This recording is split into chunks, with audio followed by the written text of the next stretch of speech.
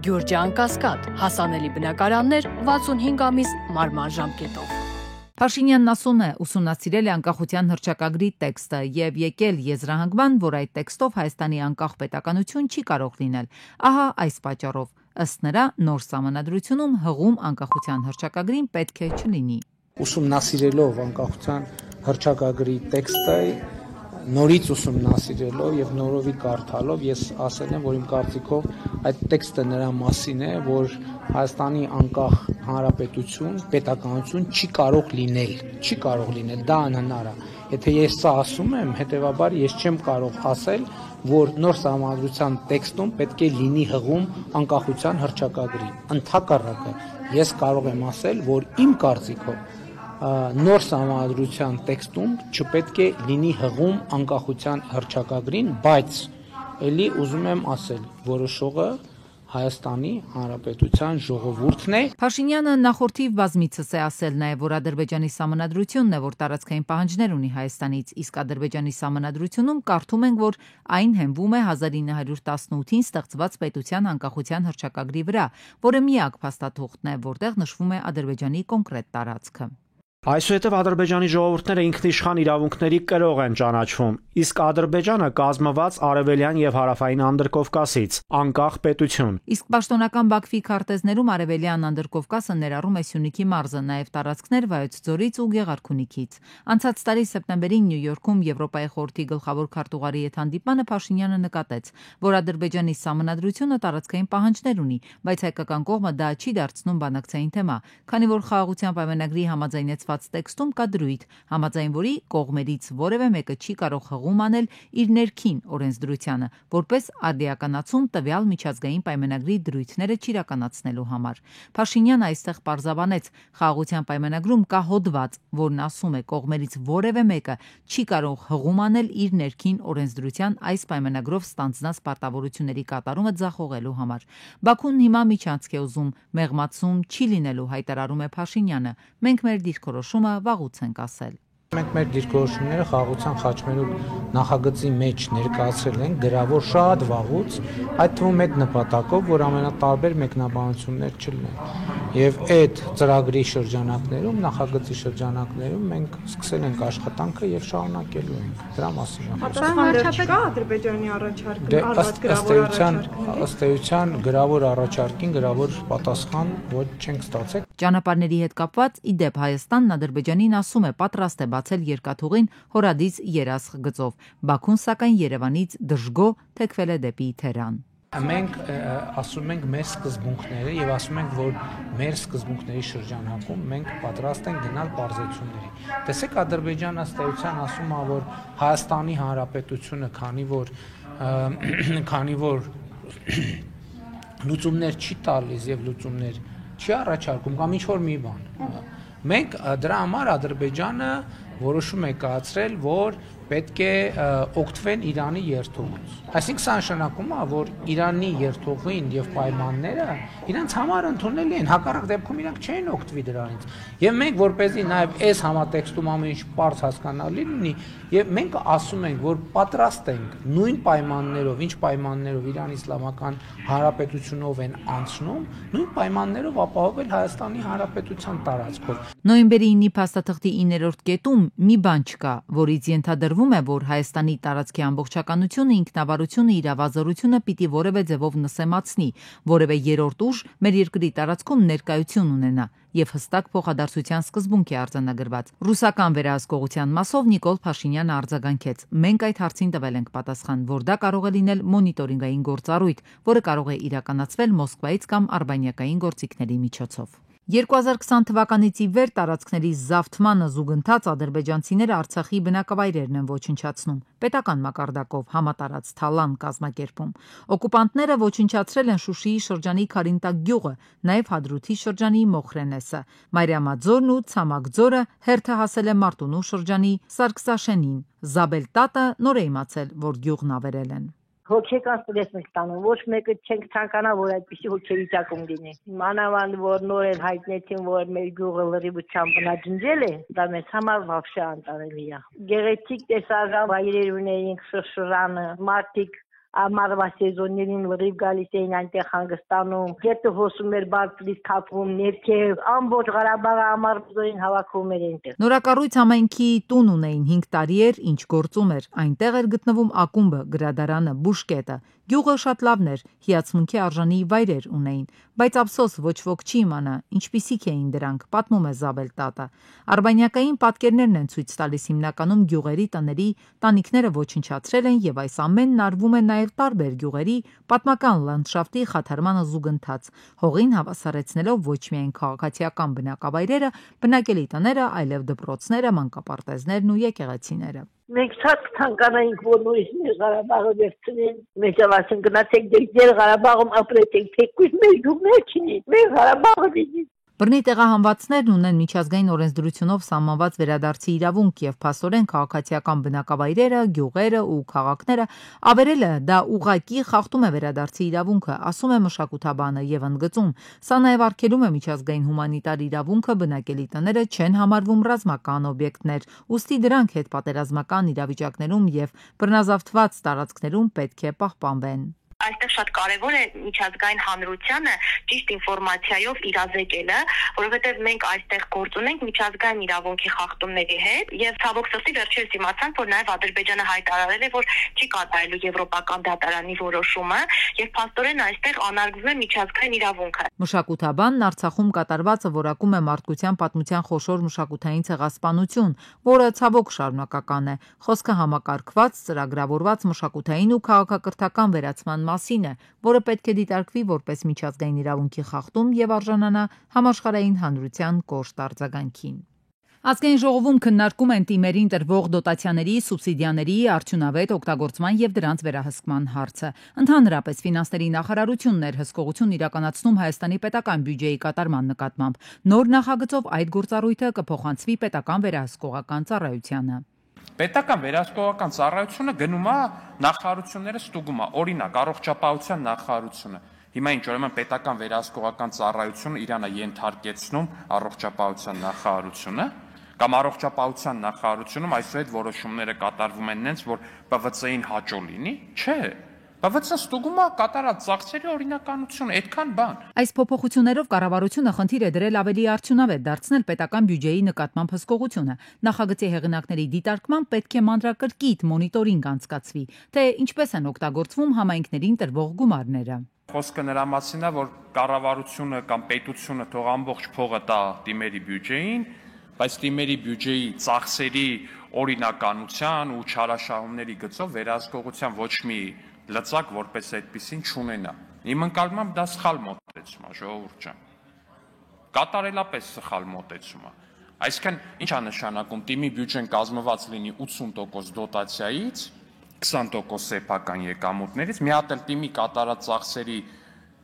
մեծ մասը, ահռելի մասն էլ կազմված լինի պետության դոտացիայից ստացած իրանց փողից ու մի հատ էլ պետական սուբվենցիայից, բայց դրա նկատմամբ վերահսկողություն չլինի։ Վերահսկվող օբյեկտ է նախատեսվել նաև վարչապետի, մարզպետների աշխատակազմերը պետական միջոցների կառավարման օրինականության վերահսկողության մասով։ Մշտադիտարկման տիրույթում են պահվելու նաև տեղական ինքնակառավարման մարմիններին եւ համայնքներին ենթակա գործող հիմնարկներում իրականացվող հանրային գնումների գործընթացները։ Հիմա եթե ինչ-որ մեկը կոնկրետ խնդիր չունի չարաշահումների հետ կապված, գնումների գործընթացում չարաշահումների հետ կապված, կատարված ծախսերում չարաշահումների հետ կապված, ընդհանրապես չեմ պատկերացնում, թե ինչ խնդիր կարա առաջացնի պետական վերահսկողական ծառայությունը։ Այսինքն ինքը չի ասելու «խի ես որոշել ասֆալտ անել», ինքը ասելու է «խի ես այս ասֆալտը ընենց արել, որ չգիտեմ, մեջը ենթադրենք 100 միլիոն դրամ փող են կերել, եթե դրա այդ խնդիր ունեն, եթե չէ։ Ազգային ժողովի ընդդիմադիր падգամավորներն էլ համարում են, թե այս օրենքը մահակ է հատկապես ընդդիմադիր հայացքներ ունեցող համայնքի ղեկավարների համար։ Իշխանական թևն էլ հակառակն է պնդում։ Սա մի բանի համար արվում, որ այն համայնքի ղեկավարները, որոնք որ ընդդիմադիր հայացքներ ունեն, այդ մահակը օգտագործվի հենց նրանց գլխին։ Մեր մի շարք համայնքապետ գործընկերներ, մեր կուսակցությանը պատկանող, խնդրել են, ասել են, մենք ուզում ենք, որ տենց ստուգող մարմին լինի։ Մենք ուզում ենք, որ ինչ-որ մեկը գա, կարողանա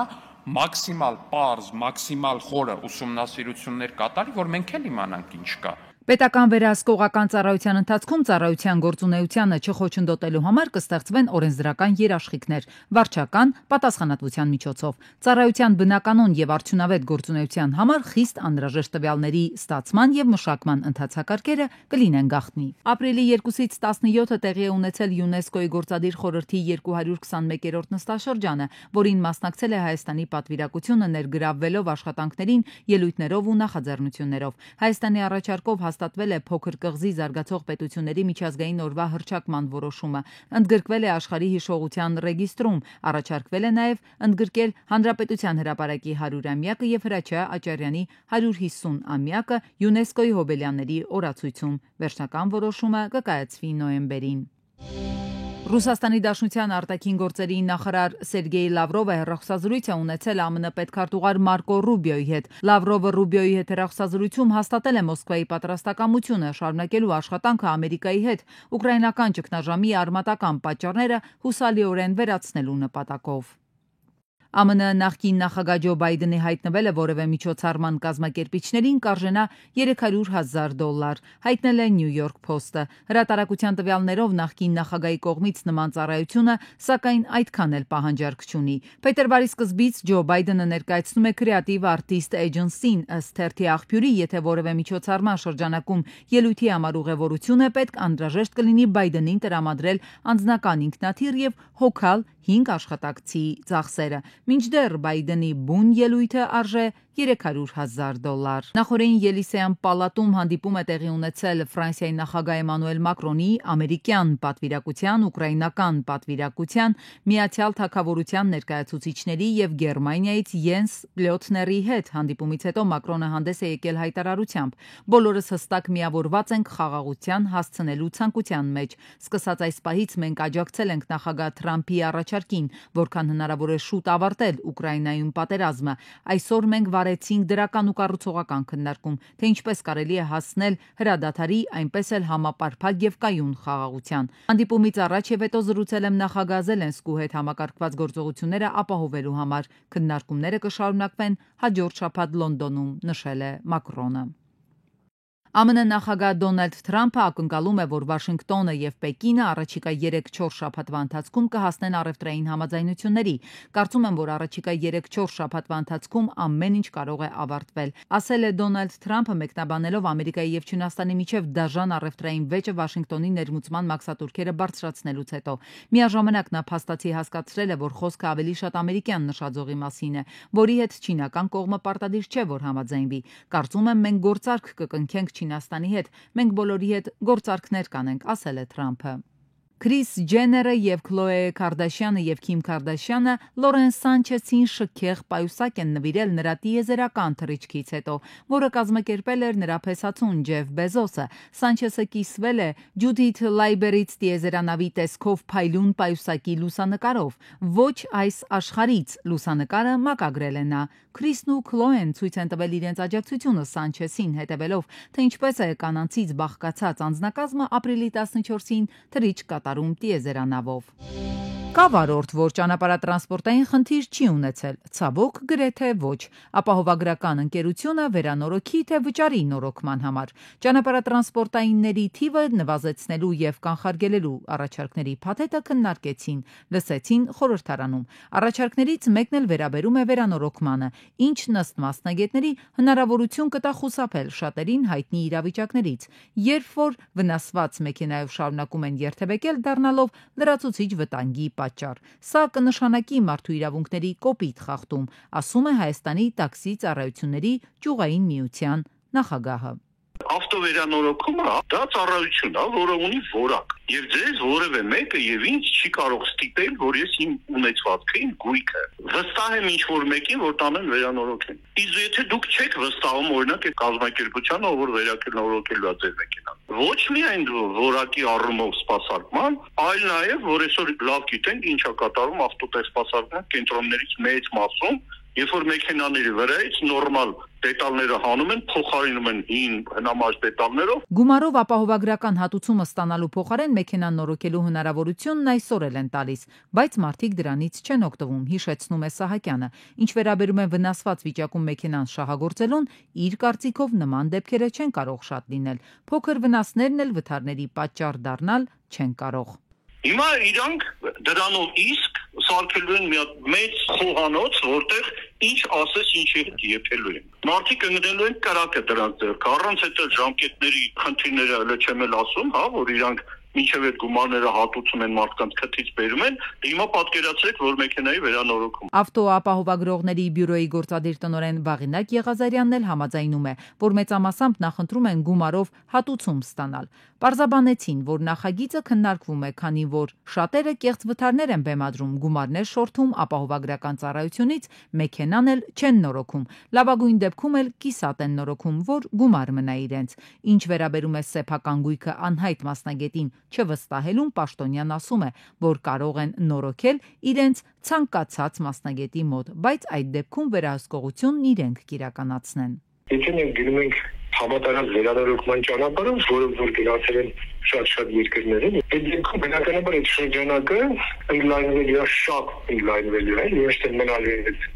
միայն այդ վերանորոգող կազմակերպությունները որ կան, այլ բնականաբար բազմաքանակ անգամ ընդլայնվելու է այդ շրջանակները, հետեւաբար այդ խնդիրը, որ իրանք այդ ձեր առաջարկածը չեն ուզում, այլ դերերում զգալիորեն մեղմանալու է։ Եղազարյանն ասում է, նախագիծը դեռ քննարկման փուլում է, ընտրությունների գործընթացի մեջ են, բանակցում են կազմակերպությունների հետ, հասկանալու, որ ընկերությունների հետ պիտի գործակցեն։ Ընտրությունը հիմա ավելի է բարդացել, մեծ քանակությամբ էլեկտրական շարժիչով մեքենաներ են ներմուծվել եւ պատշաճ նորոգող ընկերություններ են պետք։ Մալաթիա Սեբաստիայի Շահումյան 4-րդ փողոցում հսկայական փոսը պատուհաս է դարձել քաղաքացիների ու վարորդների համար։ Երևանցիները պատմում են, որ 20 օր առաջ այդ հատվածից կեղտաջրեր էին հոսում, Վեոլիա ջրից եկել են քանդել, հետո այդպես թողելու հեռացել։ Ջուրը թողել է, սարքել են ու նստված մի մետր իջավ։ Մի մետր իջավ, եկան քանդեցին ու սոս թողել։ Այս հատվածում եթե ցերեկները տեսնում են մարդիկ փոսը, ապա գիշերները, երբ բացակայում է արտաքին լուսավորությունը, մարդիկ չեն նկատում եւ հայտնվում են ավտոմեքենաներով այս փոսում։ Ու 20 օր քաղաքացիները տարբերակներ են փնտրում այդ փոսը շրջանցելու համար, դրան զուգահեռ անդադար զանգահարում եւ Վեոլիա ջուր եւ Մալաթիա Սեբաստիայի վարչական շրջանի ղեկավարի աշխատակազմ, բայց երկու կառույցները մեկը մյուսի վրա են գցում։ Պետանը գցում է Վեոլիա ջուրի վրա, Վեոլիա ջուրը գցում է նրա վրա, ասում է դի մեր գործը չի մնաց։ Բնակիչները 20 օր չեն կարողանում ոչ Վեոլիա ջրից, ոչ Մալաթիայի թաղապետարանից ստանալ հստակ պատասխան, թե ի վերջո ով է այս ճանապարհը կարգի բերելու, ով է փոսալցումը կատարելու։ Իդեպ այդ փողոցում աշխատանքներ իրականացնող Վեոլիա ջրի աշխատակիցներն էլ իրենց հերթին նշում էին, որ փոսը իրենք չեն փորել։ Փոսը իրենք չեն փորել, բայց դա կա ու անհարմարություններ է պատճառում բնակիչներին, վարորդների համար էլ մեծ վտանգ ստեղծում։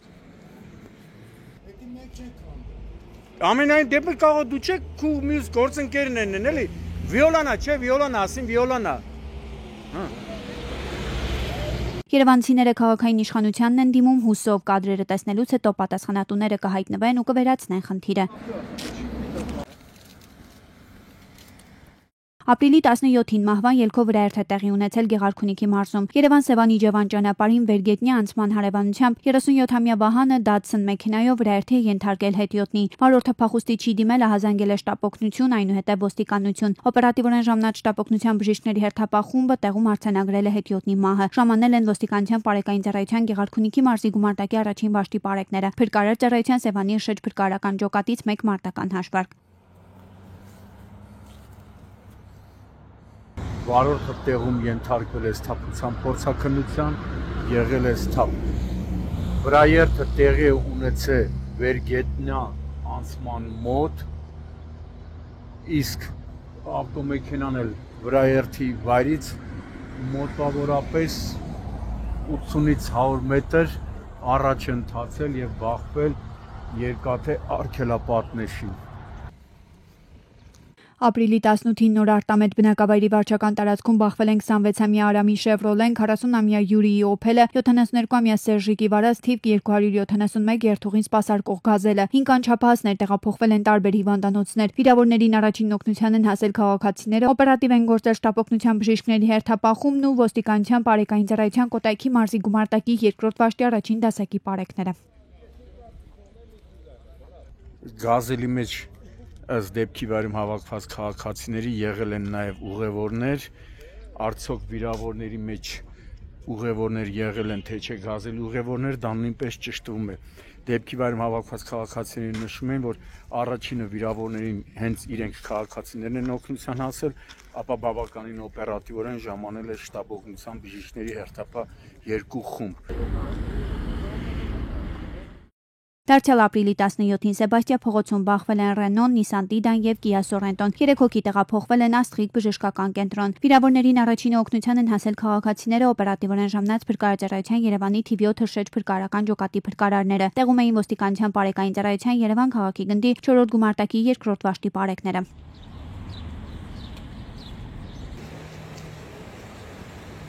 Նույն օրը Սիսիան-Կապան ճանապարհին Իրանի Իսլամական Հանրապետության 48-ամյա քաղաքացին Volvo կցորդիչով բեռնատարով դուրս է եկել երթևեկելի գոտուց ու գլխիվայր հայտնվել Որոտան գետում։ Վարորդը մարմնական վնասվածքներով տեղափոխվել է Սիսիան բժշկական կենտրոն։ Փրկարարության Սիսիանի հրշեջ փրկարարական ջոկատի հրշեջ փրկարարները վարորդին դուրս են բերել մեքենայից, հետո մոտեցրել օպերատիվորեն ժամանած շտապօգնության մեքենային։ Տեղում էին ոստիկանության բարեկային ծառայության Սյունիքի մարզի գումարտակի 2-րդ վաշտի 2-րդ դասակի պարեկները։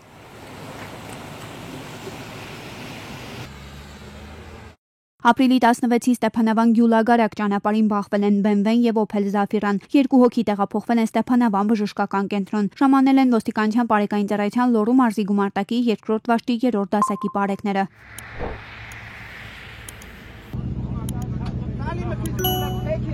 Նույն օրը Վանաձորի Կարեն Դեմիրճյան փողոցի սկզբնամասում էլ Մերսեդեսը դուրս է եկել երթևեկելի գոտուց ու հայտնվել ձորում։ Ժամանել են ոստիկանության բարեկային ծառայության Լոռու մարզի գումարտակի առաջին վաշտի 2-րդ դասակի պարեկները։